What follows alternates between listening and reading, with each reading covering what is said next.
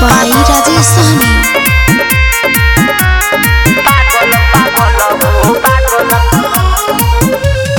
चुपे चोरी शादी तू कैलू हो, हमारा के कैसे भूलैलू हो। चुपे चोरी शादी तू कैलू हो, हमारा के कैसे भूलैलू हो। बरतियों में रहिले जागल, सुना हो काहे से कैलू हमरा साथे कि जब से तोड़ले बारू रानी तू हमार दिलावा, रहिले हरदम पागल पागल हो, पागल पागल हो, पागल पागल हो, पागल पागल। जब से तोड़ले बारू रानी तू हमार दिलावा, रहिले हरदम पागल पागल हो, पागल पागल हो, पागल पागल हो, पागल पागल। जब से तोड़ले बारू तू हमार दिलावा,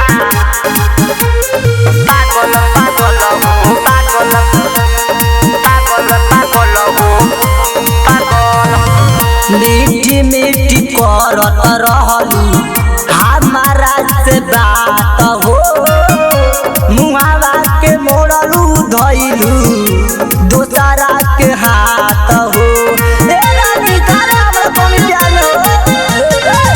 मीठी मीठी करत रहलू हमारा से बात हो, मुहावा के मोड़लू धइलू दोसरा के हाथ हो।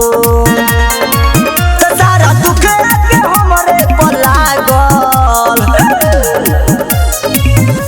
रे, काहे से कोइले रे, का कमी रहे हमरा प्यार में कि जब से तोड़ले बारू रानी तू हमार दिलावा, रहिले हरदम पागल पागल हो, पागल पागल हो, पागल पागल हो, पागल पागल। जब से तोड़ले बारू रानी तू हमार दिलावा, रहिले हरदम पागल पागल हो, पागल पागल हो, पागल पागल हो, पागल पागल।